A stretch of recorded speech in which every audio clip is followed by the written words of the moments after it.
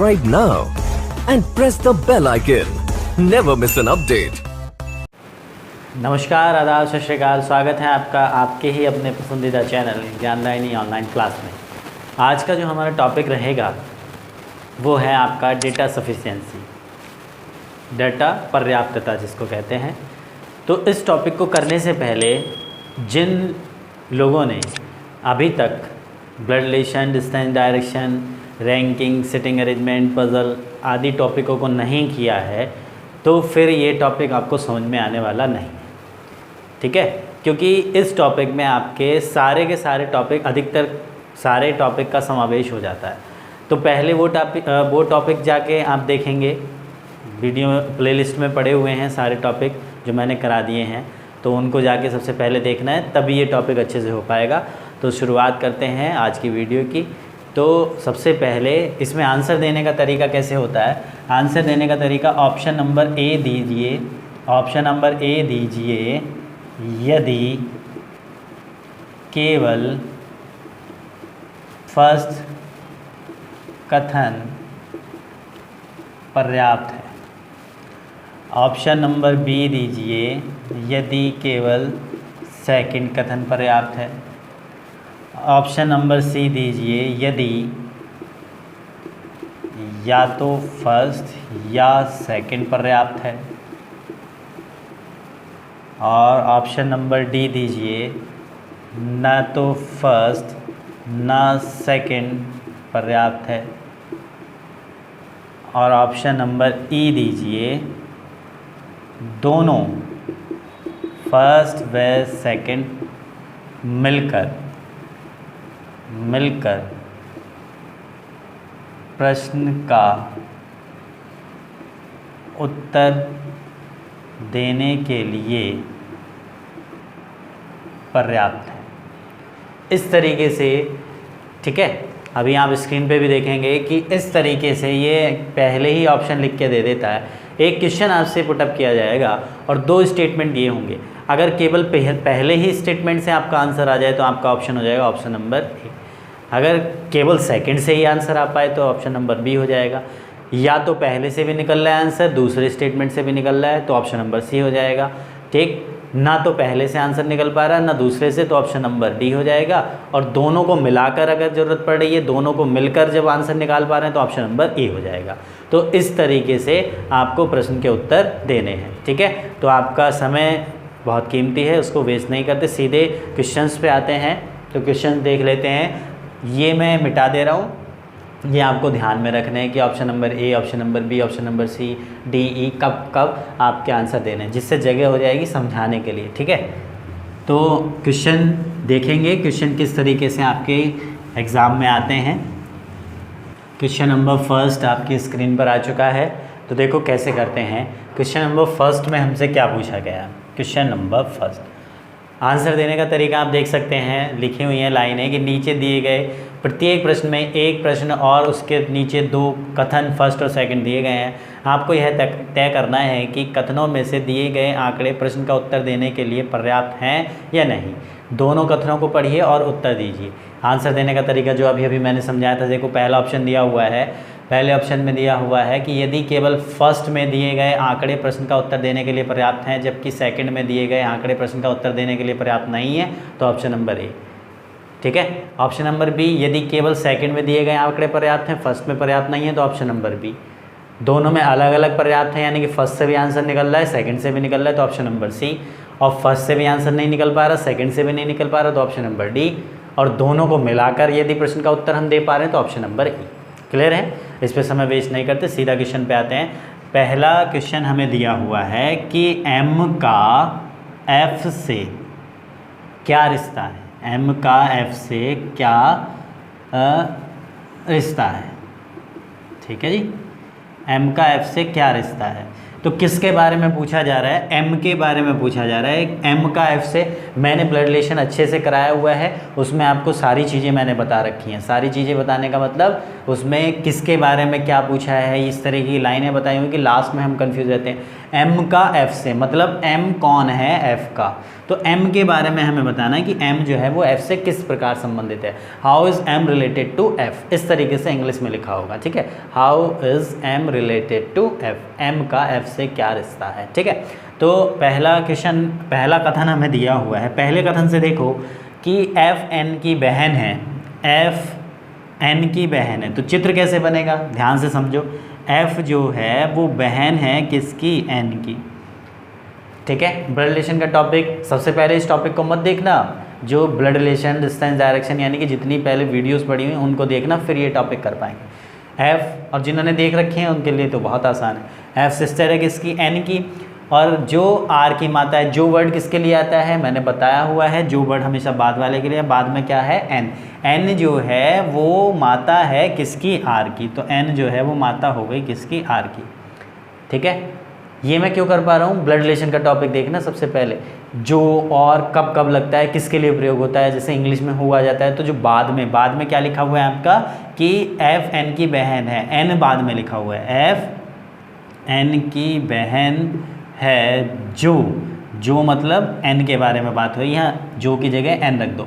English में लिखा होगा हु की जगह क्या रख दिया जाएगा, n जो है वो किसकी, r की माता है। तो क्या यहाँ इस कथन से हम m का f से संबंध बता पा रहे हैं क्या, m और f, तो इसमें अभी m तो आया ही नहीं, तो पहले से तो आंसर आ नहीं रहा, तो इसका मतलब ऑप्शन ए आपके प्रश्न का उत्तर नहीं हो सकता।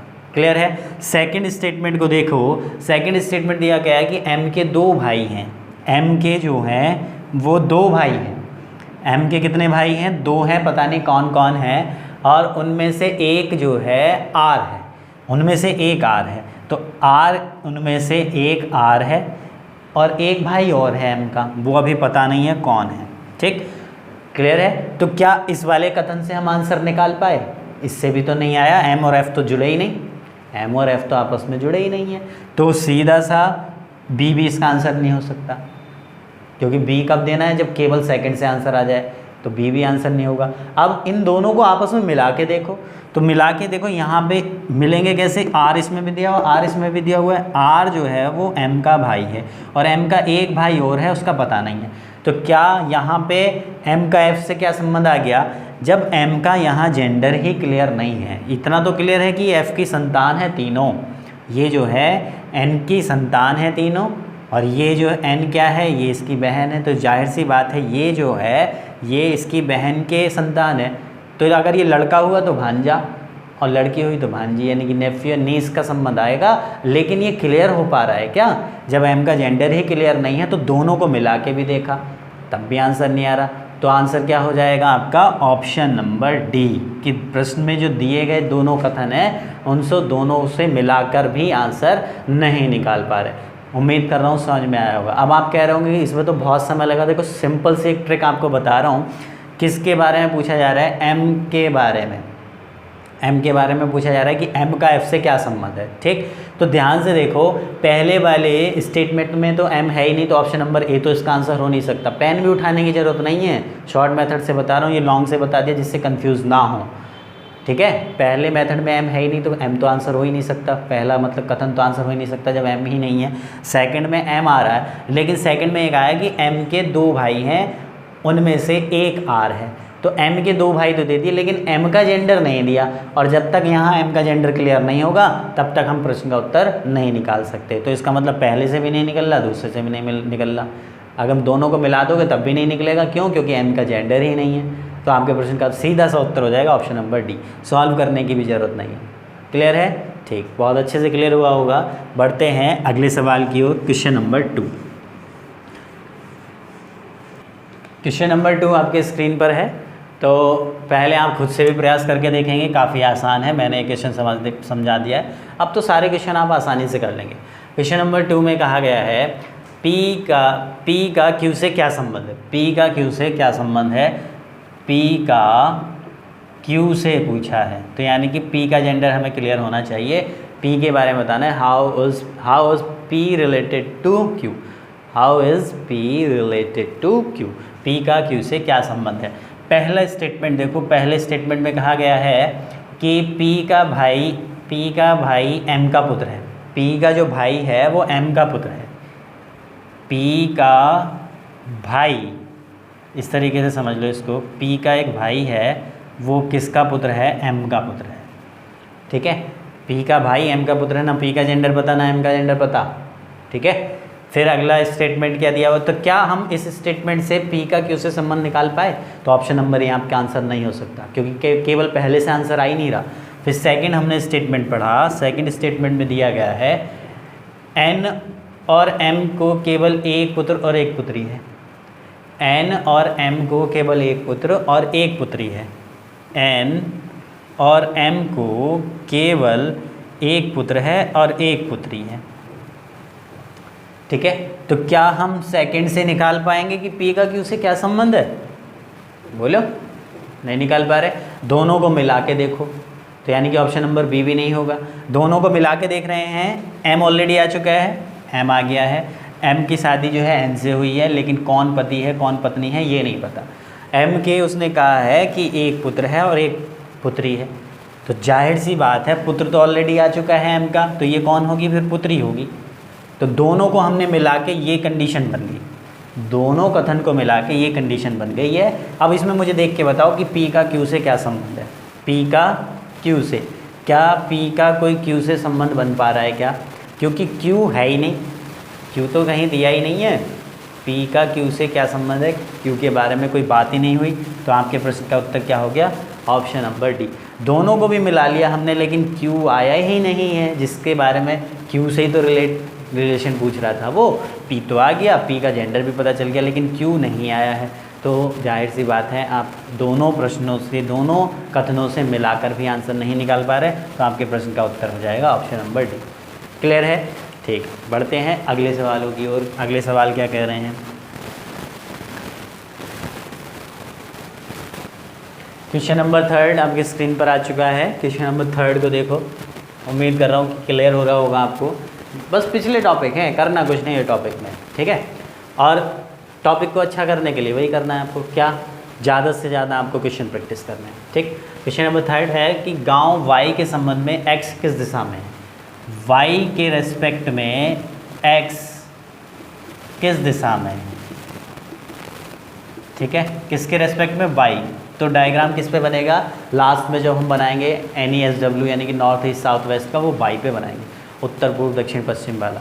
वाई के रेस्पेक्ट में पूछ रहा है, ये सारी बातें ब्लड रिलेशन के टॉपिक, सॉरी डिस्टेंस डायरेक्शन के टॉपिक में आपको बताई हुई है, ठीक। पहले स्टेटमेंट से देखो, पहले स्टेटमेंट से आ रहा है गांव एक्स आर के पूर्व में है, आर का पूर्व ये हो गया एक्स। यहाँ अब मैं नॉर्थ ईस्ट साउथ वेस्ट नहीं बताऊँगा, ये आप टॉपिक जाके देखेंगे डिस्टेंस एंड डायरेक्शन, उसमें बताया हुआ है। आर के पूर्व में कौन हो गया, एक्स। गांव एक्स आर के पूर्व में है, जो मतलब बाद वाले के लिए आया, यानी कि आर जो है वो वाई के दक्षिण में, आर वाई के दक्षिण में। तो क्या इस वाले स्टेटमेंट से वाई के रेस्पेक्ट में एक्स का पता चल गया, वाई के रेस्पेक्ट में एक्स किधर आ रहा है, वाई पे ग्राफ बना दो, नॉर्थ ईस्ट साउथ वेस्ट, उत्तर पूर्व दक्षिण पश्चिम। तो वाई के रेस्पेक्ट में एक्स आ रहा है दक्षिण पश्चिम में, पहले से आंसर निकल गया, पहले से आंसर निकल गया। तो यानी कि इसका आंसर ऑप्शन नंबर ए हो सकता है। अभी ये नहीं कि तुरंत ए लगा के आ जाओ, क्या पता बी से भी आंसर आ जाए, तो फिर इसका आंसर सी हो जाएगा ना। तो सेकंड स्टेटमेंट को भी देखो, सेकंड स्टेटमेंट में कहा गया है गांव एक्स, गांव एफ के उत्तर में है, एफ के उत्तर में कौन है, एक्स है, ठीक है। जो मतलब बाद वाले के लिए, यानी कि एफ जो है वो वाई के दक्षिण पूर्व में है, एफ जो है वो वाई के दक्षिण पूर्व में है, तो वाई का दक्षिण पूर्व ये हो गया, ठीक है। इसने यही तो बात कही है कि जो मतलब एफ वाई के दक्षिण पूर्व में है। तो यहाँ से वाई के संदर्भ में एक्स किस दिशा में आ रहा है, वाई के संदर्भ में एक्स आ रहा है पूर्व में, किधर आ रहा है, पूर्व में। तो क्या इससे भी आंसर निकल गया, इससे भी आंसर निकल गया, तो अब प्रश्न का उत्तर हो जाएगा ऑप्शन नंबर सी। या तो फर्स्ट अनुसरण करता है, या सॉरी, या तो फर्स्ट कथन पर्याप्त है या सेकंड, दोनों से अलग अलग निकल गया, तो आंसर हो जाएगा सी। ए नहीं लगाओगे फिर, ठीक है, दोनों से आंसर निकल पा रहा है। क्लियर है, ठीक। बढ़ते हैं अगले सवाल की ओर। अगले सवाल में क्या कहा गया है, क्वेश्चन नंबर 4, क्वेश्चन नंबर 4 देखो क्या कहा गया है 4 में, क्वेश्चन नंबर 4 में कहा गया है कि L N F G Q में पहले कॉलेज कौन पहुंचा। कितने व्यक्ति हैं जी? 5। इनमें कौन पहले पहुंच रहा है? तो पहला स्टेटमेंट दे लो। पहले स्टेटमेंट में ये कहा गया है कि एफ एल और जी से पहले पहुंचा। एफ जो है वो एल और जी से पहले पहुंच रहा है, तो एक कंडीशन ये भी हो सकती है और एक कंडीशन ये भी हो सकती है कि जी एल से पहले पहुंच जाए या एल जी से पहले पहुंच जाए। दोनों कंडीशन बन सकती हैं पहले ही स्टेटमेंट से। लेकिन आगे उसने एक बात कह दी, क्यू से पहले नहीं। एफ इन दोनों से पहले तो जा रहा है लेकिन क्यू से पहले नहीं, तो क्यू जो है वो इसका मतलब वो इधर आ रहा है, क्यू एफ से पहले स्कूल पहुंच रहा है। ठीक, फिर आगे उसने ये कहा है कि जो सबसे पहले नहीं पहुंचा, जो मतलब सबसे बाद वाले के लिए चलता है, जो और सबसे बाद में क्या लिखा हुआ है? क्यू। ठीक है, ये सारी बातें मैं टॉपिक के स्टार्टिंग में बता चुका हूँ। इस तरीके से 2 लाइनें लिखी होती हैं, ए बी से पहले पहुँचा जो सबसे पहले नहीं पहुँचा, जो सबसे पहले नहीं पहुँचा। ठीक है, जो सबसे पहले नहीं पहुँचा। क्लियर है? तो जो वर्ड ये किसके लिए आता है? जो बाद में होता है कॉमे से। यहाँ पे बी, इंग्लिश में इस तरीके से लिखा होगा, ए रीच बिफोर बी हु, यानी कि यहाँ पे जो की जगह क्या लिखा होगा? हु। ठीक, और एक वर्ड आपका आता है और, तो वो किसके लिए होता है? ए के लिए होता है। क्लियर है? तो ये बात मैंने टॉपिक के स्टार्टिंग में बताई हुई हैं, रैंकिंग में भी बताई हुई थी और आपका सिटिंग अरेंजमेंट में भी, ब्लड रिलेशन में भी बताई हुई है। ठीक, तो ये हो गया। पॉइंट क्या था कि जो पहले नहीं पहुंचा, जो सबसे पहले नहीं पहुंचा, यानी क्यू सबसे पहले नहीं पहुंच रहा है, तो इसका मतलब 4 बंदे तो ऑलरेडी आ चुके हैं और क्यू सबसे पहले नहीं पहुंच रहा, तो एक बंदा इधर होगा, जरूर होगा जब सबसे पहले नहीं पहुंच रहा। अब बच क्या गया? वो एन है, तो इसका मतलब सबसे पहले कौन कॉलेज पहुंच रहा है? एन पहुंच रहा है। तो पहले स्टेटमेंट से आपका आंसर आ गया, तो इसका मतलब आपका आंसर ए हो सकता है। अभी रुक जाना है, सेकंड को और देखो। सेकंड में क्या कह रहे हैं? क्या पता सेकंड से भी आंसर आ जाए, तो ऑप्शन आपका सी हो जाएगा। सेकंड में ये कहा गया है, सेकंड स्टेटमेंट में, कि एन एफ और जी से पहले पहुंचा। एन जो है वो एफ और जी से पहले पहुंच रहा है, जी इधर भी हो सकता है, एफ इधर भी हो सकता है। फिर अगली कंडीशन है और एल एफ के बाद पहुंच रहा है। एल जो है वो एफ के बाद पहुंच रहा है, तो एल यहाँ इसके बीच में हो सकता है। अब क्यू के बारे में तो कोई बात ही नहीं की, क्यू आपका इधर भी हो सकता है, इनके बीच में भी कहीं हो सकता है, इधर भी हो सकता है। तो इस कंडीशन में हम ये ज्ञात नहीं कर पाएंगे कि कौन पहले पहुंच रहा है। तो इससे जब ज्ञात ही नहीं कर पा रहे, केवल पहले से ज्ञात कर पा रहे हैं, तो आपके प्रश्न का उत्तर हो गया ऑप्शन नंबर ए। इस तरीके से डीएस का टॉपिक करते हैं, डेटा सफिशिएंसी। ये मैथ में भी आता है, बैंकिंग के अंदर डीएस डीआई 2 ही चीज़ आती हैं बैंकिंग में, डेटा सफिशिएंसी और डेटा इंटरप्रिटेशन। ठीक है, जो अगर मैं पीयू लेवल की बात करूं, मेन एग्जाम में डीएस डीआई और मुश्किल से 5 या 10 क्वेश्चन सिंप्लीफिकेशन के होते हैं, बाकी डीएस डीआई होती है। डीएस आप समझ रहे होंगे मैं क्या कह रहा हूँ, डेटा सफिशिएंसी, डेटा पर्याप्तता। तो ये रीजनिंग में भी आ जाती है, ठीक है, बैंकिंग में ही आती है, लेकिन अब और एग्जाम्स में भी इस तरह के क्वेश्चन रखने लगे, क्योंकि इस तरह के क्वेश्चन में सारे टॉपिक आ जाते हैं, सभी टॉपिक का समावेश हो जाता है। ठीक, अगला जो क्वेश्चन है क्वेश्चन नंबर 5 में क्या कहा गया है? 5 में कहा गया है कि M N T Q D, 5 हैं M N T Q D. इसमें ये पूछा जा रहा है कि बताइए कि सबसे छोटा कौन है, सबसे छोटा पूछा जा रहा है। पहला कथन क्या कहा गया है उसने? टी जो है, पहले स्टेटमेंट से देखो, टी और डी एम से छोटे हैं, एम से छोटे हैं टी और डी। एक कंडीशन ये भी हो सकती है और एक कंडीशन ये भी हो सकती है। तो क्या इस स्टेटमेंट से, बाकी तो कुछ और नहीं दिया, क्या इस स्टेटमेंट से सबसे छोटे का पता चल रहा है? बिल्कुल नहीं पता चला, यानी कि ऑप्शन नंबर ए आपके प्रश्न का उत्तर नहीं हो सकता, जब केवल पहले से आंसर नहीं आ रहा है तो। ठीक है, अब सेकंड स्टेटमेंट को देख लो। सेकंड स्टेटमेंट में क्या कहा गया है? सेकंड में कहा जा रहा है एन एफ और जी से पहले, सॉरी ये मैंने चौथे का पढ़ दिया है, 5 में कहा है क्यू टी से बड़ा, क्यू जो है वो टी से तो बड़ा है, ठीक है जी, क्यू टी से बड़ा किंतु डी और एन से छोटा है, डी और एन से दोनों से छोटा है। क्लियर है? तो क्या अब हम एन और डी इधर भी इस तरीके से भी हो सकते हैं आपके, ये 2 कंडीशन बन सकती हैं। तो अभी इसमें 5वां तो आया ही नहीं है, जो 5 व्यक्ति दिए हुए थे MNTQD, तो इससे क्या हम ये बता पा रहे हैं कि सबसे छोटा कौन है? क्या पता जो बच गया वो इधर आ जाए, सबसे छोटा T भी हो सकता है और जो बच गया वो इधर वो भी। अगर सबसे जो बचा हुआ है इसको उधर रखने लगेंगे तो सबसे छोटा T हो जाएगा इस कंडीशन के अनुसार। तो दोनों से आंसर नहीं आ पा रहा, A से भी आंसर नहीं आया, B से भी आंसर नहीं आया। अब दोनों को मिला के देखो, क्या पता मिला के आ जाए। ये कंडीशन दी हुई थी। अब यहाँ पे हमने देखा है कि M जो है वो T और D से, M जो है वो T और D M से छोटे हैं, T और D M से छोटे हैं। तो यहाँ पे हम देख रहे हैं T और D M से छोटे हैं, तो M आपका यहाँ भी हो सकता है। ठीक, इस वाले स्टेटमेंट को इसमें मैंने मिला दिया है। M जो है बड़ा है किससे? D और T से, यही बात तो कह रहे हैं वो, T और D M से छोटे हैं। तो M जो है वो यहाँ भी आ सकता है और इस वाली कंडीशन में M यहाँ आ सकता है। ठीक, तो दोनों ही कंडीशन में 5-5 व्यक्ति आ गए। उसने पूछा क्या था? उसने पूछा था कि सबसे छोटा कौन है, तो सबसे छोटा दोनों ही कंडीशन में आपका T मिल रहा है हमें। अगर पूछने लगते सबसे बड़ा कौन है, तो सबसे बड़े में एक में M मिल रहा था, एक में N, तो सबसे बड़ा ज्ञात नहीं कर पाते, लेकिन सबसे छोटा तो हम ज्ञात कर पाए। लेकिन कैसे? इसकी भी मदद लेनी पड़ी इस सेकंड वाले स्टेटमेंट में।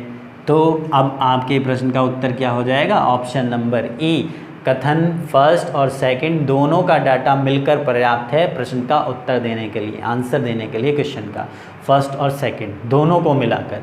तो आपके प्रश्न का उत्तर क्या हो जाएगा? E। क्लियर है? ठीक, उम्मीद है बहुत अच्छे से क्लियर हो रहा होगा। अब बढ़ते हैं नेक्स्ट क्वेश्चन की ओर, क्वेश्चन नंबर 6। क्वेश्चन नंबर 6 में क्या कहा गया है उसको देखो ज़रा।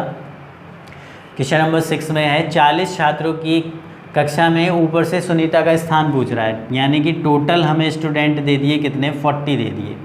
पहला किसका स्थान पूछ रहा है? सुनीता का। कहाँ से पूछ रहा है? 40 छात्रों की कक्षा में सुनीता का अप से स्थान पूछा है, अप से पूछा है किसका स्थान? सुनीता का। इतनी बात हमने लिख ली।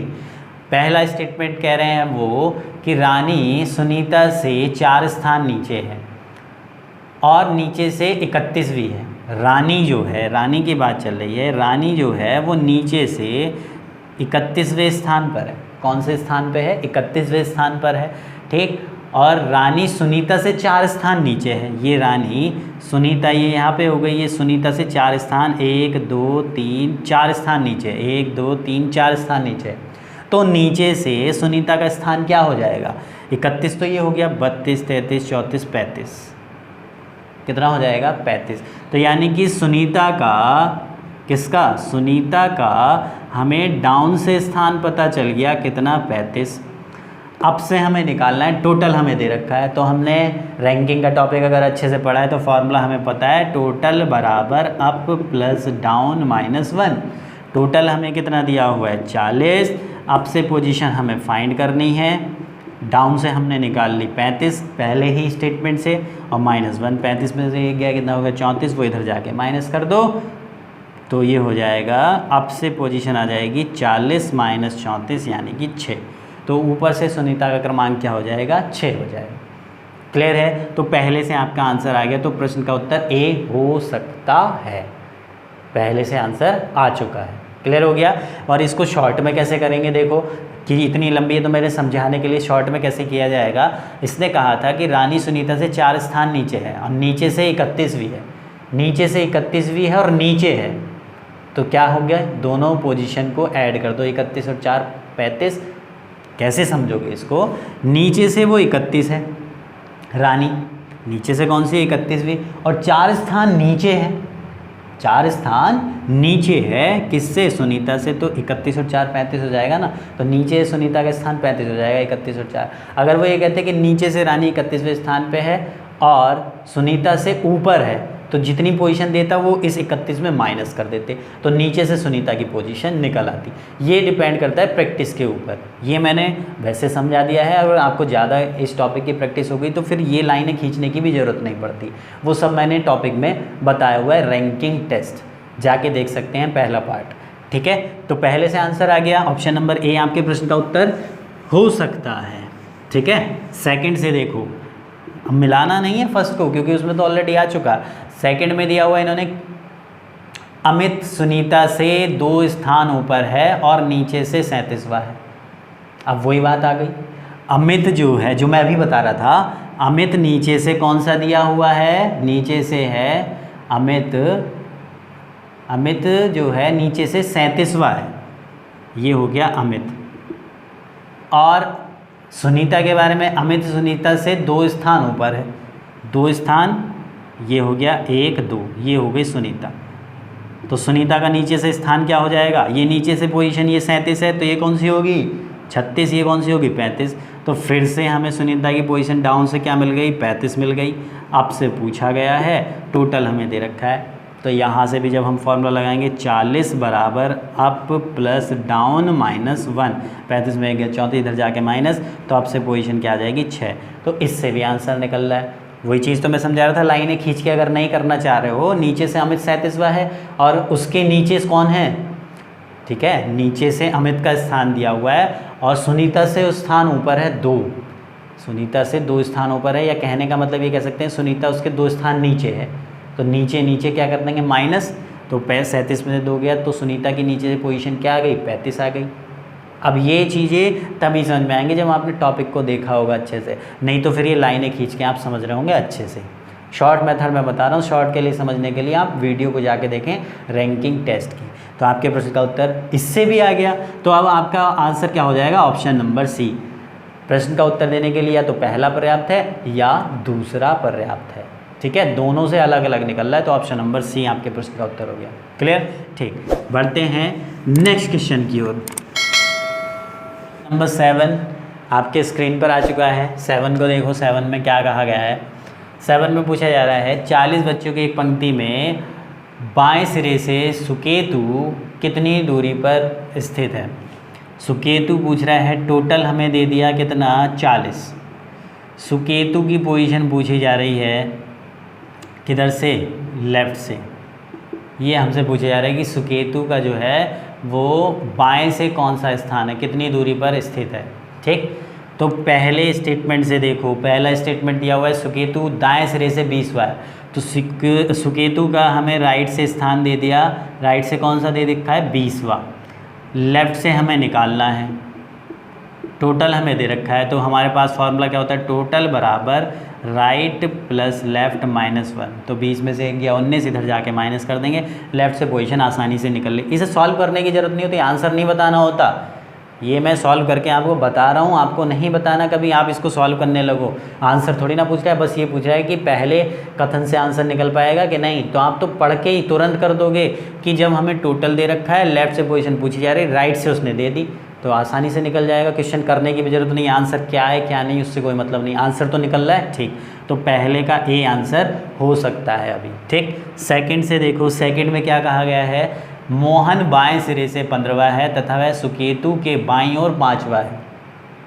सॉल्व करने की ज़रूरत नहीं है इससे भी। अब इन दोनों को पढ़ के क्या हम पोजीशन निकाल सकते हैं, किसकी, सुकेतु की, किधर से, सुकेतु की पोजीशन हम बाएं सिरे से निकाल लें, टोटल हमें दिया हुआ है और पूछा क्या जा रहा है, बाएं से पूछा जा रहा है, तो आसानी से निकल जाएगा। देखो कैसे, मोहन बाएं सिरे से 15वां है, बायां सिरा हमारा ये वाला होता है, ये लेफ्ट हैंड होता है, राइट, ये पंक्ति है इस तरीके से, तो बाएं सिरे से 15वां है।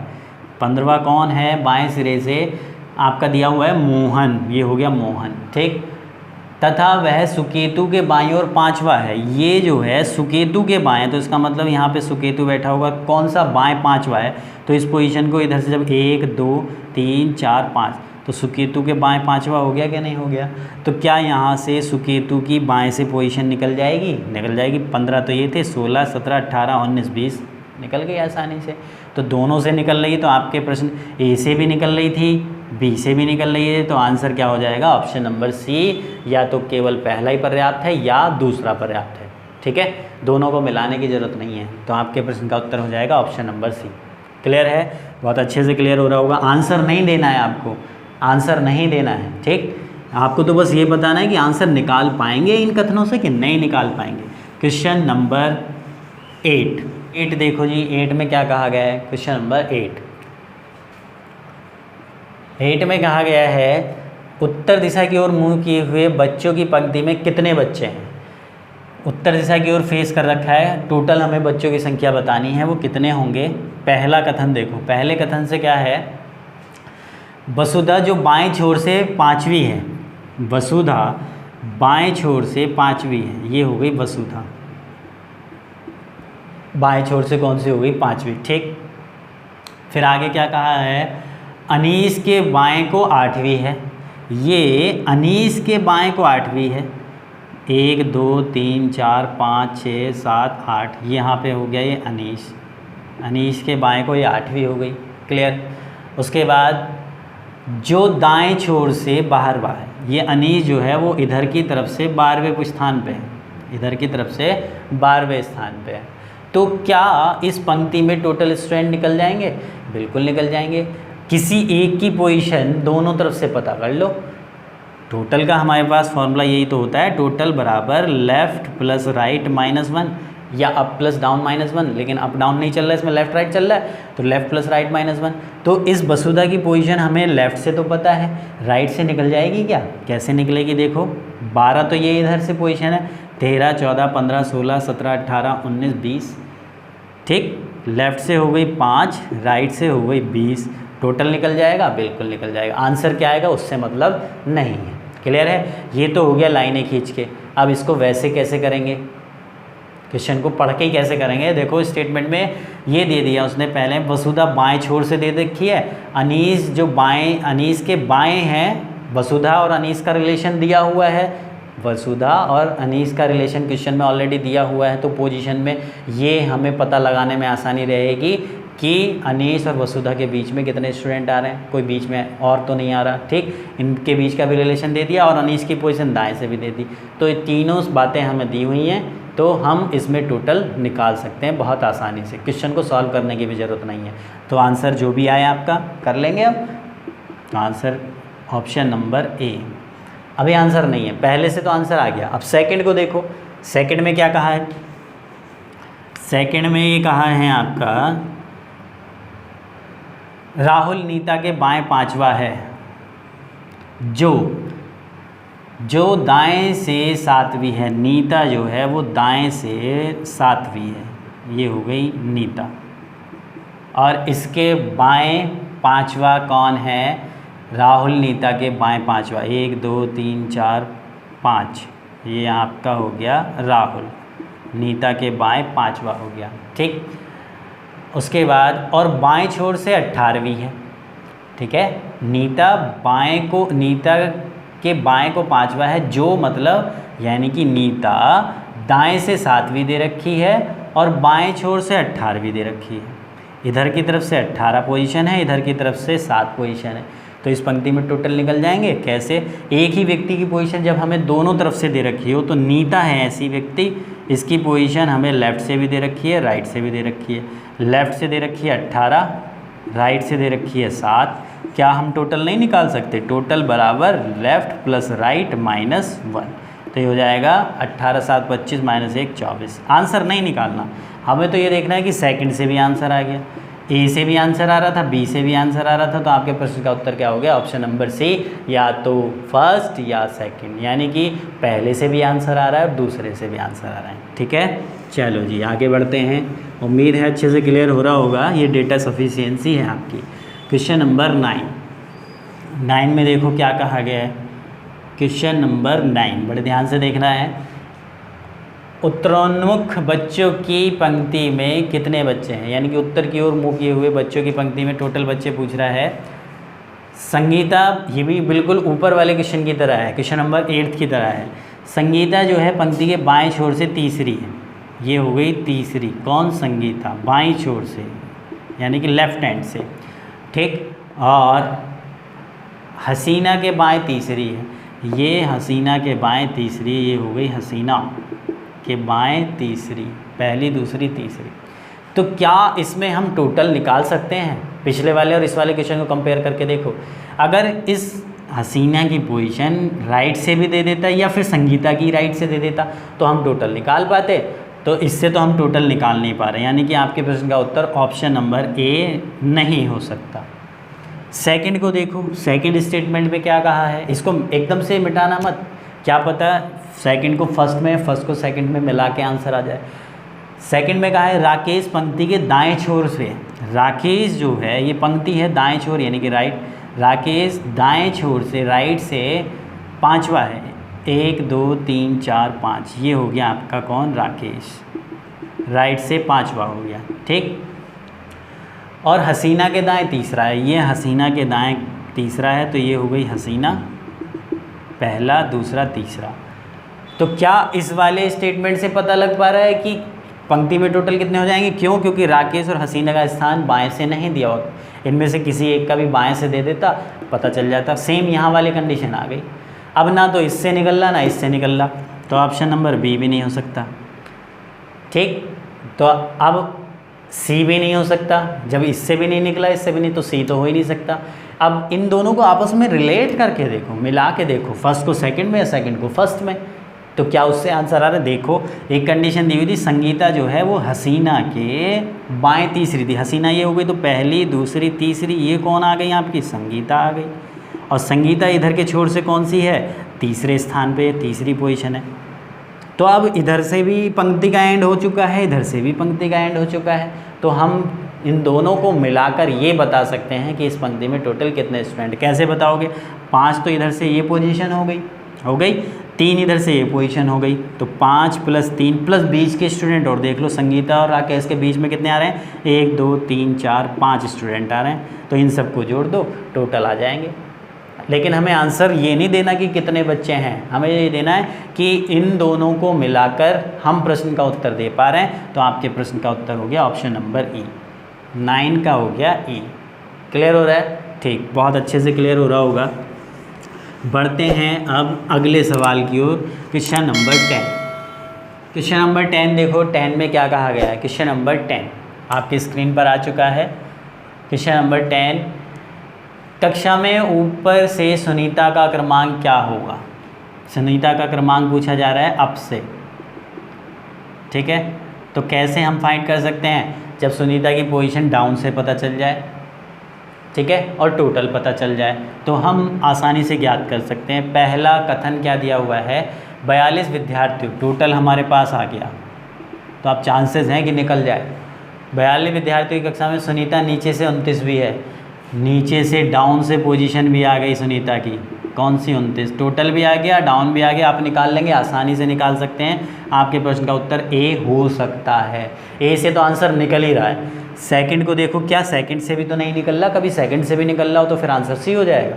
सेकंड में दिया हुआ है गीता का गणेश, सॉरी ये मैंने अगला क्वेश्चन पढ़ दिया, सुनीता समीर से 10 क्रमांक नीचे है। तो सुनीता समीर से जो है वो 10 क्रमांक नीचे है, तो समीर की पोजीशन हमें ऊपर से नहीं दी, ना ही टोटल दिया, तो सेकंड से तो हम आंसर नहीं निकाल पाएंगे, क्योंकि हम सुनीता का क्रमांक अप से निकालने के लिए टोटल का होना भी बहुत ज़रूरी है और डाउन से पोजीशन का होना ज़रूरी है। तो पहले में टोटल भी दे दिया, डाउन भी दे दिया, तो अप निकल गया आसानी से, यानी कि ऊपर से उसकी पोजीशन निकल गई। अब सेकंड वाले की अगर मैं बात करूँ, सुनीता जो है वो समीर से 10 क्रमांक नीचे है। समीर अगर ये हो गया तो समीर से 10 क्रमांक नीचे ये हो गई, 10 क्रमांक नीचे कौन हो गई? सुनीता हो गई। तो क्या इसमें सुनीता की नीचे से पोजीशन निकली? डाउन से पोजीशन नहीं निकल रही है और ना ही टोटल पता चल रहे हैं, तो आपके प्रश्न का उत्तर क्या हो जाएगा? ए। सेकंड से आंसर नहीं आ पा रहा है। क्लियर है? ठीक, बहुत अच्छे से क्लियर हो रहा होगा। नेक्स्ट देखो क्वेश्चन नंबर 11। 11 में क्या कहा गया है जी? क्वेश्चन नंबर 11 में कहा गया है गीता का गणेश से क्या संबंध है? गीता का गणेश से, यानी कि how is Gita related to Ganesh. ये गीता के बारे में बताना है। गीता जो है वो गणेश की कौन है? बहन है, पत्नी है, माँ है, कौन है? तो इसका हमें पता लगाना है। पहला कथन दिया हुआ है गीता का भाई गणेश के पिता का सबसे बड़ा पुत्र है। गीता का जो भाई है वो कौन है? गीता का भाई गणेश के पिता का, गणेश के पिता का, गणेश के पिता, एक पीढ़ी ऊपर शो करेंगे, पिता हैं तो प्लस से शो करेंगे। ये सारी बातें यहाँ नहीं बताऊँगा, यहाँ केवल मैं क्वेश्चन सॉल्व कराऊँगा। अगर आपको ये टॉपिक अच्छा करना है तो प्लेलिस्ट में वीडियो पढ़िए, ब्लड रिलेशन, उसको जाके देखें। ये टॉपिक तभी कर पाएंगे जब हमारे ये टॉपिक अच्छे से क्लियर होंगे। वो सारे के सारे प्लेलिस्ट में पढ़े हुए, जाके देखें, ठीक है। गणेश के पिता का बड़ा पुत्र है, तो ये गीता का भाई जो है वो गणेश के पिता का पुत्र है, यानी कि गणेश का भाई है। ये जो व्यक्ति गणेश का भी भाई है, गीता का भी भाई, तो इसका मतलब ये तीनों आपस में कौन हो गए, भाई बहन हो गए। तो गीता का गणेश से पूछा था, तो गीता गणेश की कौन हो गई, बहन हो गई। तो पहले से आपका आंसर निकल गया, ऑप्शन नंबर ए आंसर हो सकता है। ठीक, सेकंड वाले से और देखो, सेकंड वाले में क्या कहा गया है, गणेश की पत्नी की सास, गणेश की पत्नी की सास, यानी कि गणेश की पत्नी की सास कौन हुई, गणेश की माँ हो गई, गणेश की माँ। गणेश की पत्नी की सास कौन होगी, गणेश की माँ ही तो होगी। ठीक, गणेश की माँ जो है वो गीता की भी माँ है, गणेश की माँ वो गीता की भी माँ। तो इसका मतलब गीता गणेश आपस में कौन हुए, भाई बहन। तो गीता गणेश की कौन हो गई, बहन। इससे भी आंसर आ गया, ए से भी आंसर आ रहा है, बी से भी आंसर आ रहा है। तो आपके प्रश्न का उत्तर क्या हो जाएगा, ऑप्शन नंबर सी, या तो पहला या दूसरा। ठीक है, बहुत अच्छे से क्लियर हो रहा होगा। बढ़ते हैं अगले सवाल की ओर, क्वेश्चन नंबर 12 को देखो जी, 12 में क्या कहा गया है, क्वेश्चन नंबर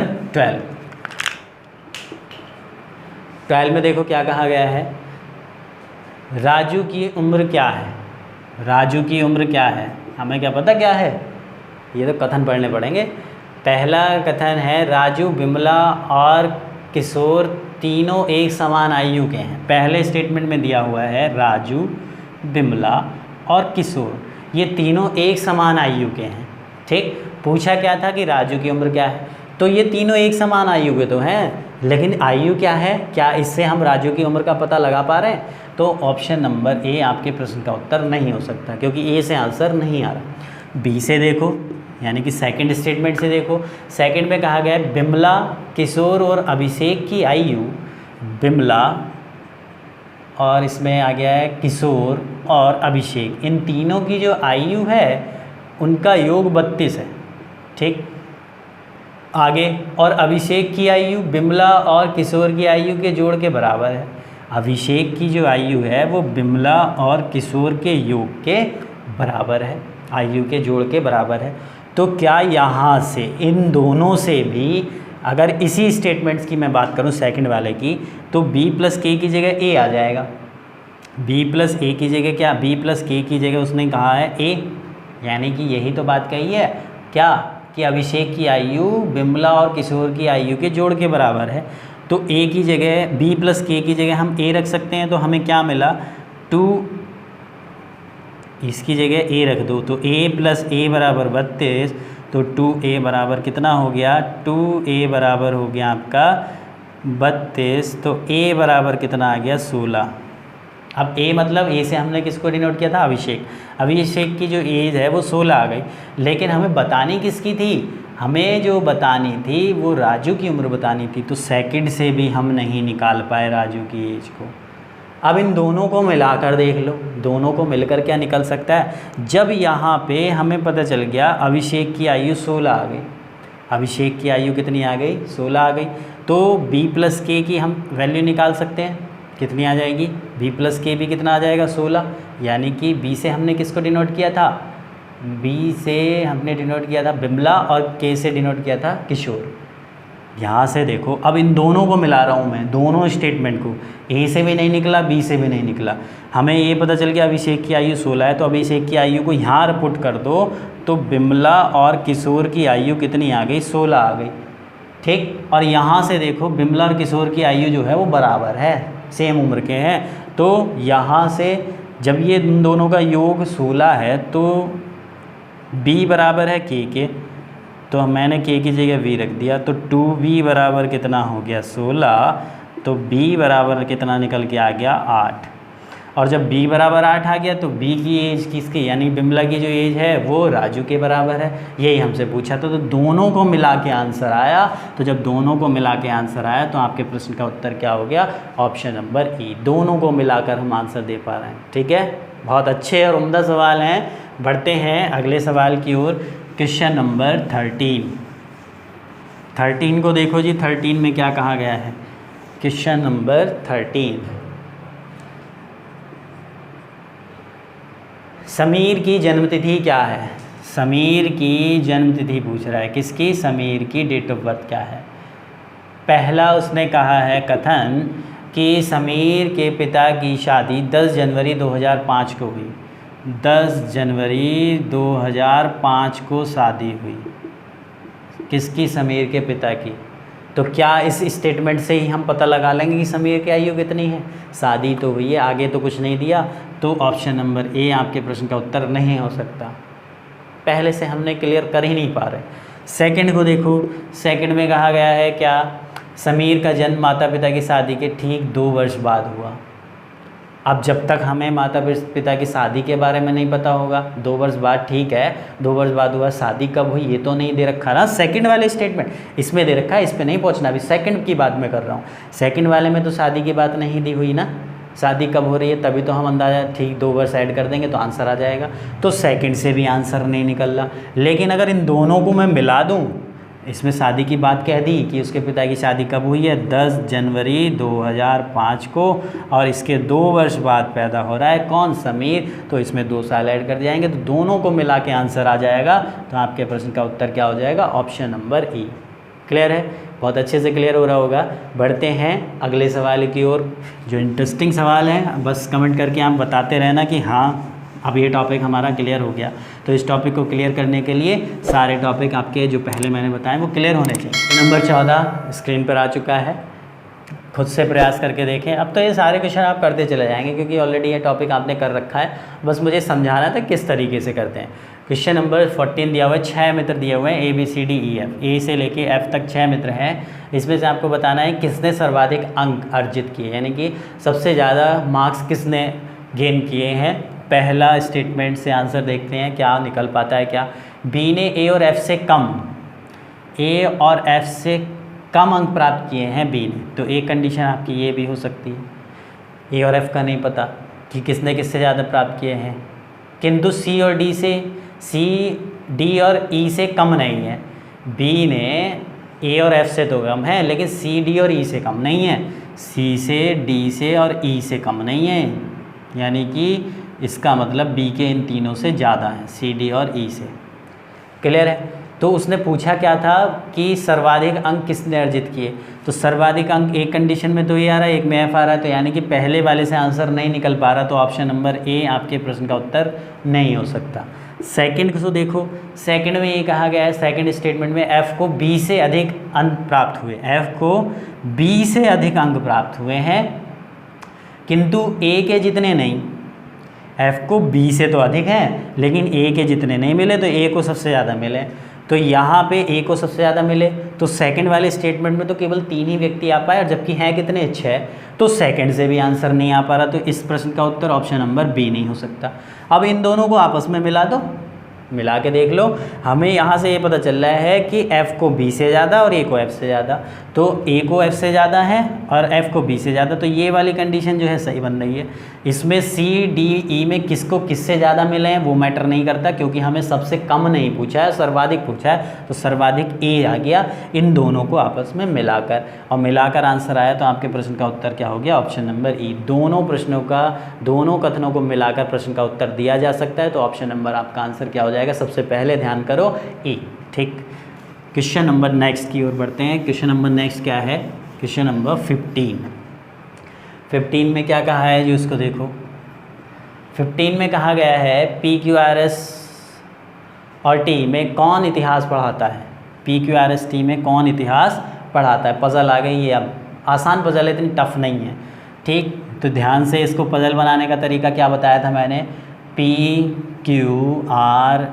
T, इस तरीके से ये व्यक्ति हो गए, यहाँ सब्जेक्ट रख लेंगे हाँ में, और यहाँ सब्जेक्ट रख लेंगे ना में, यानी कि जो नहीं पढ़ा रहा होगा वो इधर, जो पढ़ा रहा होगा वो इधर रखते चले जाएंगे, पजल कंप्लीट हो जाएगी। पूछा क्या है कि इतिहास कौन पढ़ाता है, तो पहले कथन से देखो, उनमें से प्रत्येक केवल एक विषय पढ़ाता है। ठीक है, Q गणित पढ़ाता है, तो Q जो है, Q के सामने आ गया आपका गणित, Q गणित पढ़ाता है। ठीक, आगे Q गणित पढ़ाता है, जबकि T विज्ञान पढ़ाता है। T क्या पढ़ा रहा है? विज्ञान पढ़ा रहा है। Q गणित और T विज्ञान पढ़ाता है। ठीक, आगे क्या दिया हुआ है, जबकि आगे P या R भूगोल नहीं पढ़ाते, P भूगोल नहीं पढ़ाता है और R भी जो है वो भूगोल नहीं पढ़ाता है, तो नहीं वाली चीज़ हमने वो इधर रख ली। आगे नेक्स्ट कंडीशन क्या दी हुई है, S या P अंग्रेजी नहीं पढ़ाते, एस या पी जो है वो अंग्रेजी भी नहीं पढ़ाता, ठीक, एस बी जो है वो अंग्रेजी नहीं पढ़ाता। तो अब ये पज़ल पूरी कैसे होगी, इसको ध्यान में देखो, इसी स्टेटमेंट से पूरी हो जाएगी। कैसे? सबसे ज़्यादा नाम है सब्जेक्ट पी के आगे है, पी अंग्रेजी और भूगोल पढ़ाता नहीं है, 2 सब्जेक्ट ये पढ़ाता नहीं है, 2 ऑलरेडी पढ़ा रहे हैं, क्यों गणित पढ़ा रहा है, टी विज्ञान पढ़ा रहा है। अब इतिहास की बात चल रही है, 5 सब्जेक्ट हैं, 2 तो ये पढ़ा रहा है, 2 ये पढ़ाएगा नहीं, तो जाहिर सी बात है जो बचा सब्जेक्ट कौन हो गया, इतिहास। तो इतिहास कौन पढ़ाएगा, पी। यही पूछा था, तो पहले से तो आंसर आ गया, यानी कि ऑप्शन नंबर ए आपके प्रश्न का उत्तर हो सकता है, ठीक। अब सेकंड की बात करो, सेकंड में दिया हुआ है क्या, टी और आर विज्ञान तथा अंग्रेजी के अध्यापक हैं, पी गणित का अध्यापक है। सेकंड से बनाओ P Q R S T. अब इसने कहा टी और आर विज्ञान और अंग्रेजी, टी जो है वो विज्ञान और आर जो है वो अंग्रेजी हो गया। पी गणित का अध्यापक है, पी जो है वो गणित का अध्यापक है। अब यहाँ पे 3 सब्जेक्ट आ गए, एक इतिहास और हमें पता है, लेकिन 5वां सब्जेक्ट तो हमें नहीं पता अकॉर्डिंग टू सेकंड स्टेटमेंट। तो सेकंड से आंसर नहीं आ पा रहा, फर्स्ट से ही आंसर आ गया, तो आपके प्रश्न का उत्तर हो गया ऑप्शन नंबर ए। मिलाने की ज़रूरत नहीं है, जब आंसर ए से आ रहा है तो कभी इसको मिलाने लग जाओ, हमें तो बस ये चेक करना कहीं बी से तो आंसर नहीं निकल के आ रहा, तो फिर आंसर सी हो जाता, लेकिन बी से नहीं आ रहा तो अब सीधे आंसर ए हो गया, ठीक है। बहुत अच्छे से क्लियर हो रहा होगा। नेक्स्ट क्वेश्चन देखते हैं, क्वेश्चन नंबर 16, काफ़ी अच्छा क्वेश्चन है, तो मेरे से पहले भी कर लिया होगा आपने। क्वेश्चन नंबर 16 देखो, 16 में कहा गया है मोहन प्रदीप से लंबा है और राम दीपक से लंबा है, इनमें से सबसे लंबा कौन है। मोहन जो है वो प्रदीप से लंबा है, ठीक, मोहन प्रदीप से लंबा है और राम दीपक से लंबा है, राम जो है वो दीपक से लंबा है, ठीक। आगे इनमें से सबसे लंबा कौन है। अब जब तक इन प्रदीप, राम, मोहन, इन चारों का आपस में कोई रिलेशन नहीं देगा तब तक हम कैसे बता देंगे। तो पहले स्टेटमेंट को पढ़ो, पहले स्टेटमेंट क्या है, प्रदीप राम से लंबा है, प्रदीप जो है वो राम से लंबा है, तो अब इस कंडीशन को उठा के यहाँ रख देंगे। कथन से हमें दिया होता मोहन प्रदीप से लंबा है, ठीक, और राम दीपक से लंबा ये दिया होता। अब इस कथन में हमें क्या दे दिया कि प्रदीप जो है वो राम से लंबा है, और राम किससे लंबा था, दीपक से। तो यहाँ से सबसे लंबा कौन हो गया, यही तो पूछा था क्या उसने क्वेश्चन में कि इनमें सबसे लंबा कौन है, तो सबसे लंबा मोहन, पहले से आंसर आ गया, तो ए आंसर हो सकता है, ठीक है। सेकंड को देखो, कहीं सेकंड मिलाने की ज़रूरत नहीं है क्योंकि फर्स्ट से आंसर आ गया, बस ये चेक कर लो सेकंड से कहीं आंसर ना बन पा रहा हो। सेकंड में मोहन राम से लंबा है, मोहन जो है वो लंबा है किससे, राम से, मोहन जो है वो राम से लंबा है। तो अब ये वाले और ये वाली कंडीशन मिला के देख लो, मोहन किससे लंबा है, प्रदीप से, और मोहन राम से भी लंबा है, तो राम इनके बीच में आ सकता है या राम इधर भी आ सकता है, ठीक। और राम किससे बड़ा है, दीपक से, तो राम दीपक का पेयर इन दोनों के बीच में भी आ सकता है, मोहन और प्रदीप के, या फिर मोहन ये हो गया प्रदीप और ये हो जाएगा आपका राम और ये हो जाएगा दीपक, तो ये कंडीशन बनेगी। तो इसमें भी सबसे लंबा दोनों कंडीशन में हम बता पा रहे हैं कौन है, मोहन। ए से भी आंसर आ रहा है, बी से भी आंसर आ रहा है, तो आपके प्रश्न का उत्तर क्या हो जाएगा, ऑप्शन नंबर ए, ठीक है। उम्मीद है बहुत अच्छे से क्लियर हो रहा होगा, ठीक। बढ़ते हैं अगले सवाल की ओर। अगले सवाल में क्या कहा गया है, ये मैंने ज़्यादा से ज़्यादा क्वेश्चन कराने का प्रयास किया है जिससे ये टॉपिक अच्छे से क्लियर हो जाए। क्वेश्चन नंबर 17 आपके स्क्रीन पर आ चुका है। क्वेश्चन नंबर 17 को देखो, 17 में क्या पूछा गया है, क्या प्रश्न पूछा गया है आपसे। 17 में पूछा गया है कि रवि अपने वर्ग में 18वें स्थान पर है, उसका अंतिम से स्थान क्या है। अप से पोजीशन दी हुई है रवि की, कौन सी, 18। अब पूछा क्या जा रहा है कि रवि का अंतिम से स्थान क्या होगा, डाउन से पूछा जा रहा है, ठीक है, डाउन से। तो अप से दे रखा है, डाउन से निकालना है, टोटल पता चल जाए आसानी से निकल जाएगा। सिंपल सी कॉन्सेप्ट है, टोटल पता करना है, बस आपका मेन फोकस टोटल पे रहना चाहिए। फर्स्ट स्टेटमेंट क्या दिया हुआ है, फर्स्ट में दिया हुआ है कि वर्ग में 57 विद्यार्थी, टोटल दे दिया, पहले से आंसर आ जाएगा। आंसर निकालने की ज़रूरत नहीं है, समय बचाओ, ऑप्शन नंबर ए आंसर हो सकता है। सेकंड से और देखो क्या सेकंड से अलग निकल पा रहा है क्या, सेकंड में दिया हुआ है राजू जो कि उसी वर्ग में 10वें स्थान पर है, अंतिम से 48वें स्थान पे। राजू की बात दी हुई है, अब से स्थान दे दिया उसका कौन सा, अब से दे रखा है उसने 10वां, और अंतिम से यानी कि डाउन से दे रखा है उसने 48।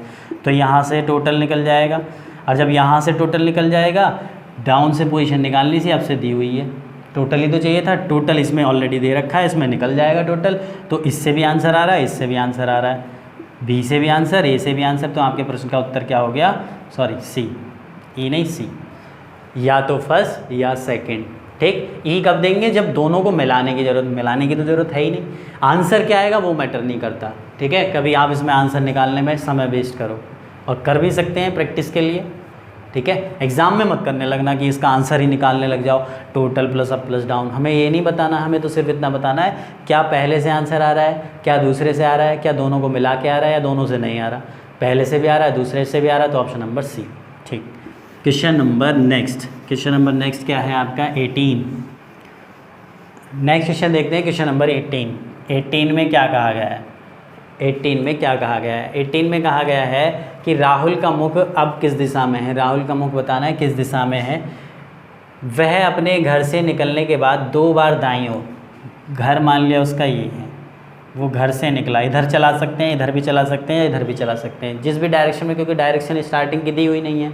मान लिया मैंने इधर को चला दिया, घर से निकला, घर से निकलने के बाद 2 बार दाईं ओर, दायां मतलब राइट मुड़ रहा है, और राइट मैंने स्टार्टिंग में जो टॉपिक कराया था डिस्टेंस डायरेक्शन का, तो बताया था, क्या बताया था कि जब भी हमें राइट चलना होता है तो कैसे मुड़ते हैं हम, घड़ी की दिशा की ओर। तो घड़ी इधर चलती है तो एक बार राइट ये हो गया और एक बार राइट ये हो गया। ठीक, फिर क्या किया उसने, फिर तथा एक बार बाईं ओर मुड़ के 4 किलोमीटर चल के, एक बार बायां ओर मुड़ गया और 4 किलोमीटर चलकर, ये बायां मुड़ के 4 किलोमीटर चलकर वह 4 किलोमीटर की दूरी तय करता है। तो ये 4 किलोमीटर की दूरी तय करके यहाँ आ गया। तो क्या आप बता सकते हैं उसका मुख किस दिशा में है, जब हमें दिशा ही नहीं दी, ना तो लास्ट की दी ना स्टार्टिंग की दी, स्टार्टिंग या लास्ट की कोई सी भी दिशा दे देता तो हम बता सकते थे। तो पहले से तो आंसर आ नहीं रहा, ऑप्शन नंबर ए आंसर नहीं होगा। सेकंड से देखो, सेकंड में स्टेटमेंट में कहा गया है उसके घर का दरवाज़ा पूर्व की ओर है, उसके घर का दरवाज़ा जो है वो पूर्व दिशा में है, पूर्व दिशा की ओर है।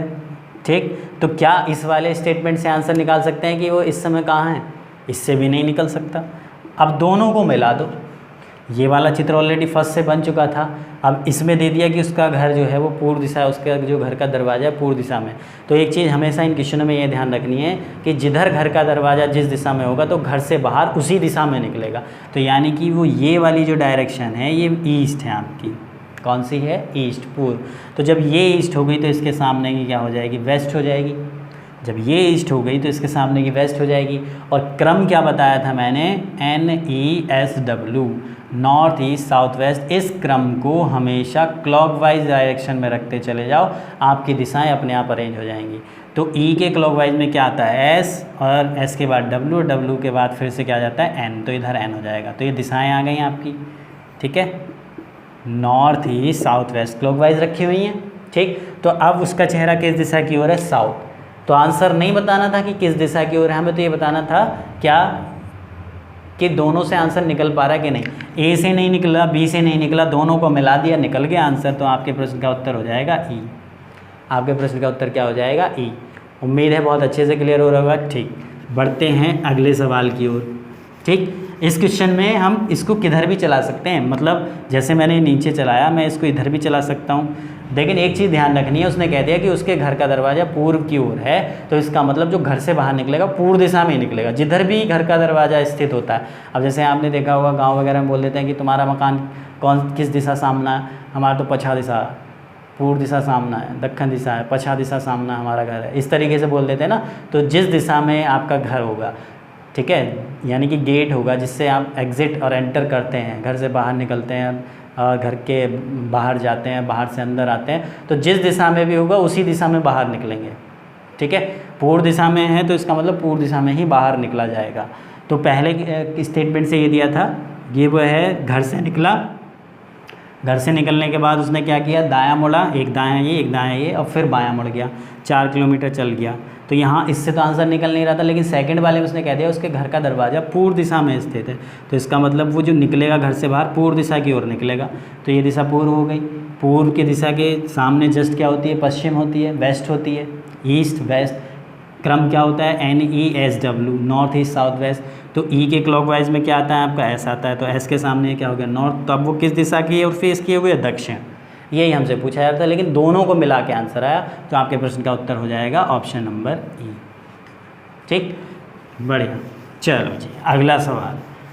अगला सवाल देखो, बड़ा इंटरेस्टिंग सवाल है, क्वेश्चन नंबर 19 में क्या कहा गया है कि अभी यह घड़ी 3 बजे संध्या को निरूपित कर रही है। 3 बज रहे हैं शाम के, ठीक, जो कि सही समय भी है, बिल्कुल सही समय है, इस समय करेक्ट टाइम है। दूसरे बार जब यह 3 बजे संध्या निरूपित करेगी तो बताइए इसका सही समय से कितना अंतर होगा। एक सवाल आपसे पूछा जा रहा है क्वेश्चन नंबर 19 में, एक घड़ी में शाम के 3 बजे हैं, तो अगले दिन शाम को 3 बजे कितना समय का अंतर होगा सही समय से। ठीक है, सही समय से अंतर हमें बताना है। पहली कंडीशन पढ़ते देखते हैं, क्या पहली कंडीशन से आंसर आ जाएगा क्या। पहली कंडीशन है घड़ी प्रत्येक घंटे में आधा मिनट स्लो हो जाती है, यानी कि 1 घंटे में आधा मिनट स्लो हो रही है।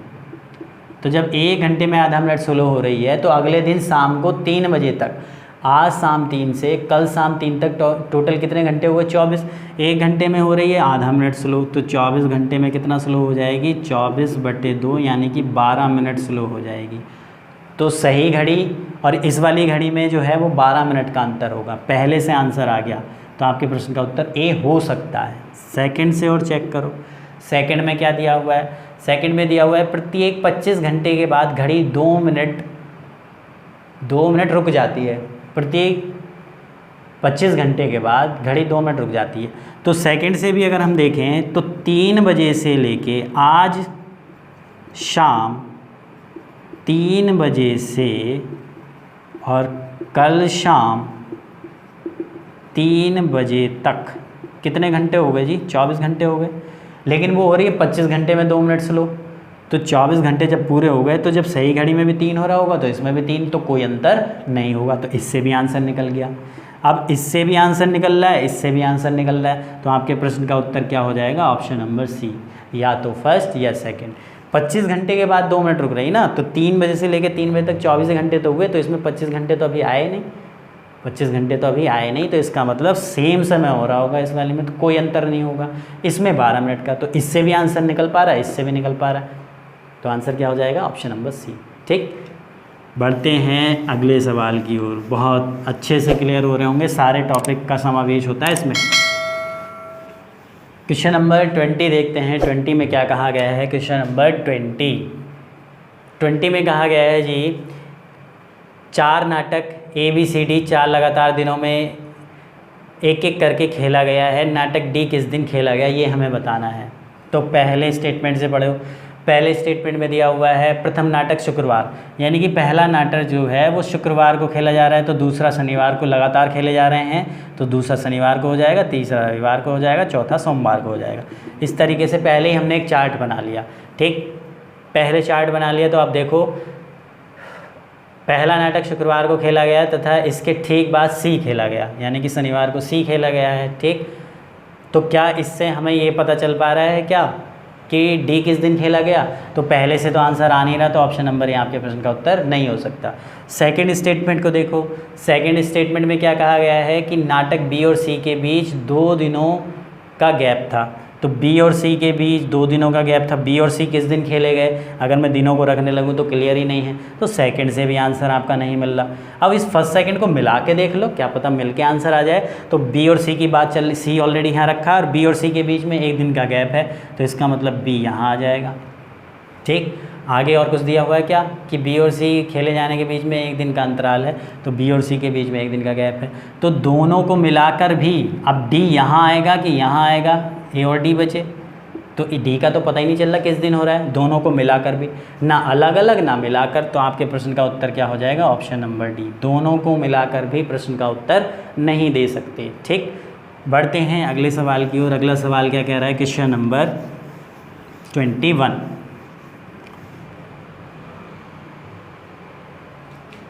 क्वेश्चन नंबर 21 देखो जी।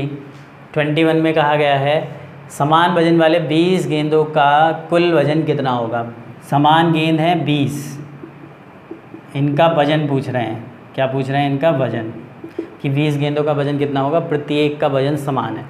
पहली कंडीशन हम देख रहे हैं, पहली कंडीशन में दिया हुआ है एक गेंद के 8वें भाग का वजन 20 ग्राम है। माना कि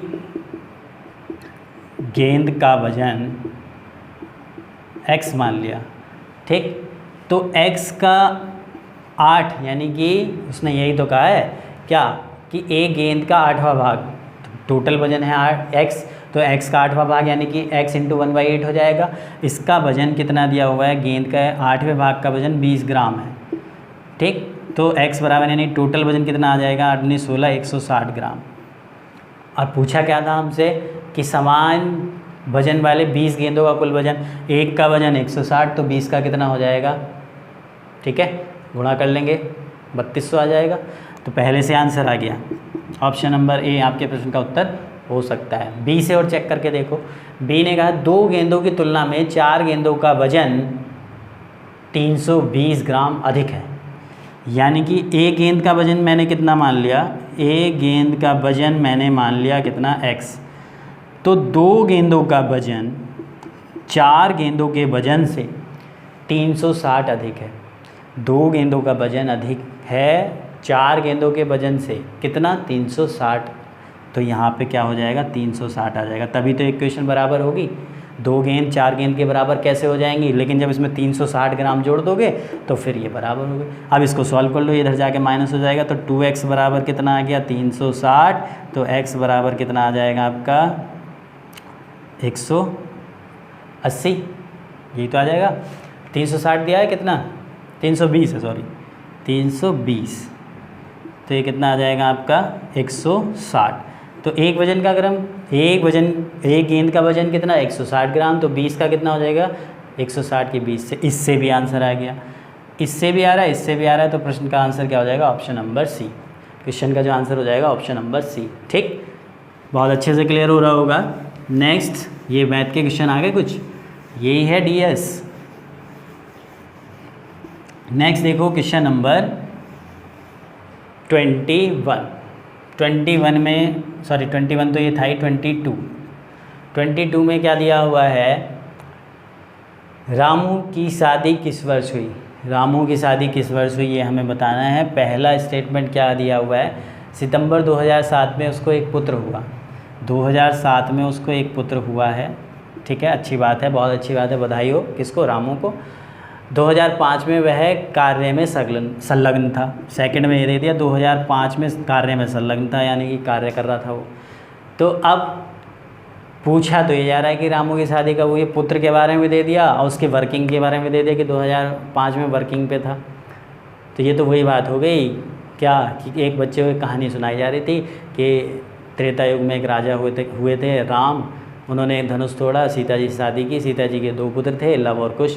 तो बताओ लव और कुश, तो बताओ कि अभिमन्यु के पिता का नाम क्या था। मतलब कहानी कुछ और सुनाई और प्रश्न कुछ और पूछ रहे हैं। तो वही चीज़ है, कहानी कुछ और सुना रहे हैं। 2007 में पुत्र हुआ, अच्छी बात है, बधाई है। 2005 में वो कार्य कर रहा था, ठीक है, लेकिन शादी कब हुई, इन दोनों से क्या निकाल लें, दोनों को मिला के भी नहीं निकाल पाओगे। तो आपके प्रश्न का उत्तर क्या हो गया, ऑप्शन नंबर डी। ऐसे क्वेश्चन आ जाए तो कितना आसान है एग्ज़ाम में, इसमें तो कुछ करना ही नहीं, 1 सेकंड में आंसर लगा दोगे, डी। अगला सवाल क्वेश्चन नंबर 23, क्वेश्चन नंबर 23 में देखो जी क्या कहा गया है, P का M से क्या रिश्ता है। P का M से मतलब P कौन है, how is P related to M।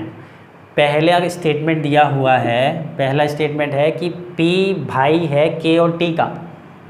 P भाई है किसका, K का और T का। तो क्या इस स्टेटमेंट से, जब यहाँ M ही नहीं आया तो निकाल सकते हैं आंसर, ये आंसर नहीं हो सकता। सेकंड से देखो, सेकंड में कहा गया है T पुत्री है Q की तथा M की पुत्री की बहन है। T जो है, T पुत्री है Q टी पुत्री है क्यू की तथा एम की पुत्री की बहन है। टी पुत्री है क्यू की तथा ये टी जो है किसकी, एम की पुत्री की बहन, एम की पुत्री की बहन यानी कि एम की बेटी। एम की पुत्री की बहन मतलब एम की बेटी हो गई है कौन, टी।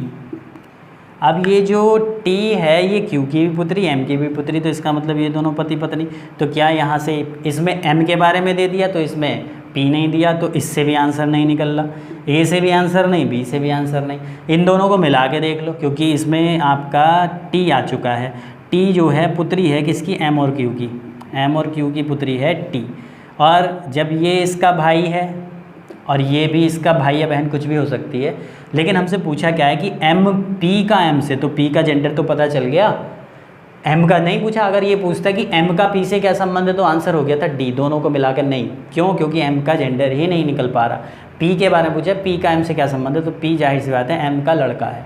अब एम चाहे मेल हो या फीमेल उससे कोई फ़र्क नहीं पड़ता, दोनों को मिला के आंसर आ रहा है। तो आपके प्रश्न का उत्तर हो गया ऑप्शन नंबर ए। ठीक, बहुत अच्छे से क्लियर हो रहा होगा। नेक्स्ट क्वेश्चन देखो, क्वेश्चन नंबर 24। 24 में क्या कहा गया है, इस वर्ष चंद्रा का जन्मदिन कब है, चंद्रा का जन्मदिन बताना है कब है। पहला स्टेटमेंट हमें दिया हुआ है कि यह 11 और 13 फरवरी के बीच में है। 11 और 13 फरवरी के बीच में एक ही तारीख आती है, 12 फरवरी को है उसका जन्मदिन। पहले से आंसर निकल गया, तो ऑप्शन नंबर ए आपके प्रश्न का उत्तर हो सकता है। सेकंड से देखो, सेकंड में दिया गया है कि यह शनिवार को नहीं है, तो क्या इससे शनिवार को नहीं है तो किस दिन है, मान लो सोमवार को हो जाए या बुधवार को हो जाए, तो क्लियर ही नहीं है, सेकंड से तो निकल ही नहीं रहा। और इसमें जब पहले से ही आंसर, मिलाने की ज़रूरत नहीं है, जब पहले से हमें आंसर मिल चुका है, हम तो ये बस सिर्फ ये सेकंड से ये चेक कर रहे थे कहीं सेकंड से तो आंसर नहीं आया। सेकंड से आंसर नहीं आया तो फिर मिलाने की ज़रूरत नहीं होती, क्यों, क्योंकि ऑलरेडी ए से आंसर आ चुका है। तो आपके प्रश्न का उत्तर क्या हो गया, ऑप्शन नंबर ए। ठीक, बढ़ते हैं अगले सवाल की ओर। इस सवाल में तारीख, अगर ये पूछ लेता है कि जन्मदिवस किस दिन पड़ेगा, तो दिन कैसे निकलेगा, दिन कैसे निकलेगा। पहले ही सवाल से देखो 12 फरवरी को तो आ गया, और इसने एक लाइन और कही थी कि 11 फरवरी को बृहस्पति है, तो 12 को क्या हो जाएगा, शुक्र। तो दिन भी यानी कि पहले से ही आंसर आ रहा है, तो ऑप्शन नंबर ए आंसर हो जाएगा। ठीक, बढ़ते हैं अगले सवाल की ओर, क्वेश्चन नंबर 25। क्वेश्चन नंबर 25 में क्या दिया हुआ है, 25 में दिया हुआ है एक व्यक्ति का भार क्या है। भार पूछा जा रहा है एक व्यक्ति का, तो इसने कहा है यदि इस व्यक्ति का भार शामिल न किया जाए तो 20 व्यक्तियों के समूह का औसत भार 2 किलोग्राम कम हो जाता है, जबकि उनका औसत भार 30 किलोग्राम था। यानी कि इस व्यक्ति को शामिल नहीं कर रहे तो 20 व्यक्तियों का भार दिया हो, तो इसका मतलब जब इसको शामिल कर लिया जाएगा तो टोटल कितने व्यक्ति हो जाएंगे, 21। अब 21 व्यक्तियों का औसत भार कितना दिया हुआ है, 30 किलोग्राम। ठीक है, औसत भार कितना दिया हुआ है, 21 व्यक्तियों का औसत भार दिया हुआ है 30 किलोग्राम। ठीक, तो टोटल वजन कितना हो जाएगा, 21 व्यक्तियों का कुल वजन कितना हो जाएगा, 30 गुणा 21 यानी कि 630 किलोग्राम। ठीक, लेकिन अगर इसको शामिल नहीं कर रहे तो व्यक्ति कितने रह गए, 20, तो औसत भार 2 घट जाता है, तो यानी पहले 30 था तो अब कितना हो जाएगा, 28 हो जाएगा।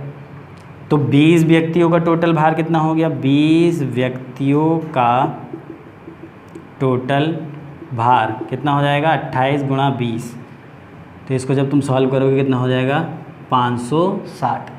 ठीक, तो इस व्यक्ति का भार आसानी से निकल जाएगा। टोटल 21 व्यक्ति जब हो रहे थे तो 630 हो रहा था, जब 20 हो रहे हैं यानी कि इसको हटा दिया तो 560 हो रहा है, तो इसमें से इसे घटा दो तो 0, ये हो जाएगा आपका 13 में 6 गया 7। ठीक, इधर से तो ढाई ले ली, तो आंसर क्या आ गया, 70। पहले से आंसर आ गया, तो आपके प्रश्न का उत्तर ऑप्शन नंबर ए हो सकता है। अब ये देख लो, बी से तो कहीं अलग आंसर नहीं आ रहा, बी से तो देख रहे हैं इस व्यक्ति का तथा इसके मित्र का कुल भार 87 है। एक व्यक्ति सेकंड से दिया हुआ है और इसका मित्र दिया हुआ है, व्यक्ति और मित्र का कुल भार दिया हुआ है 87। तो क्या इससे व्यक्ति का भार निकल पाएगा जब तक मित्र का नहीं पता चलेगा, तो सेकंड से तो आंसर आ ही नहीं रहा। और फर्स्ट से ऑलरेडी हम निकल चुके हैं, हमने सेकंड से केवल ये चेक करने के लिए किया कि क्या सेकंड से निकल पा रहा है। मिलाने की ज़रूरत नहीं है, कभी मिलाने लगो, क्योंकि ए से ऑलरेडी आ चुका है कितना, 70 किलोग्राम। तो आपके प्रश्न का उत्तर क्या हो गया, ऑप्शन नंबर ए। ठीक, तो इस वीडियो का लास्ट क्वेश्चन है, वीडियो काफ़ी लंबी हो जाएगी नहीं तो। क्वेश्चन और भी हैं वो आप अपने आप कर सकते हैं प्रैक्टिस सेट वगैरह में से। मैंने उम्मीद ये की है कि अच्छे अच्छे क्वेश्चन इसमें रखे हैं जिससे आप जल्दी से कर पाएँ, ठीक है। क्योंकि ज़्यादातर इसमें कोडिंग डिकोडिंग अभी आया नहीं है। चलो लास्ट क्वेश्चन वही है आपका, coding decoding, distance direction, blood relation, ranking, puzzle, सारे मतलब जितने टॉपिक हैं सबका समावेश है इस टॉपिक में। लास्ट क्वेश्चन है, एक कोड भाषा में टा का क्या कोड है ये हमें ज्ञात करना है। पहला स्टेटमेंट हमें दिया हुआ है, ज्ञात क्या करना है, टा का कोड, टी ए का कोड ज्ञात करना है। स्टेटमेंट दिया हुआ है P A T A G A, P A T A और जे ए, इसका कोड हमें दे रखा है। क्या दे रखा है जी, इसका दे रखा है over and above, over and above. और फिर सेकंड स्टेटमेंट, तो क्या इससे हम टी ए का मतलब निकाल पाएंगे जब तक हमें जे ए और पी ए का पता नहीं चलेगा। तो पहले से तो आंसर नहीं आ रहा, तो ऑप्शन नंबर ए तो आंसर हो नहीं सकता।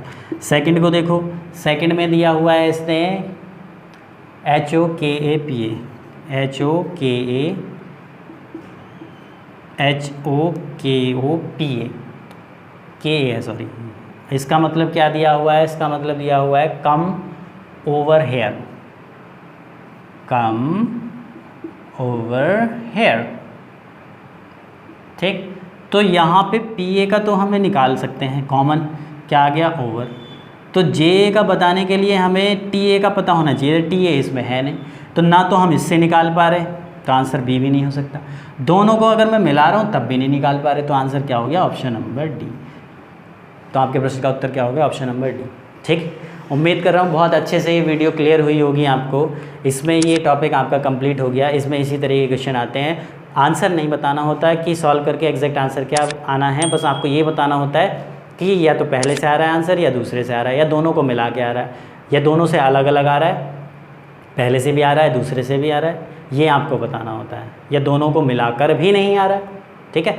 तो ऐसी ही अच्छी वीडियो के साथ मिलते हैं अगले कॉन्सेप्ट के साथ। उम्मीद कर रहा हूँ बहुत अच्छे से क्लियर हुआ होगा। तो कमेंट बॉक्स में अपनी राय ज़रूर दिया करें कि टॉपिक क्लियर हो रहे हैं कि नहीं हो रहे हैं, ठीक है। मिलते हैं अगली वीडियो में, तब तक घर पे रहें, सुरक्षित रहें और देखते रहें अपना पसंदीदा चैनल ज्ञानदायिनी ऑनलाइन क्लास।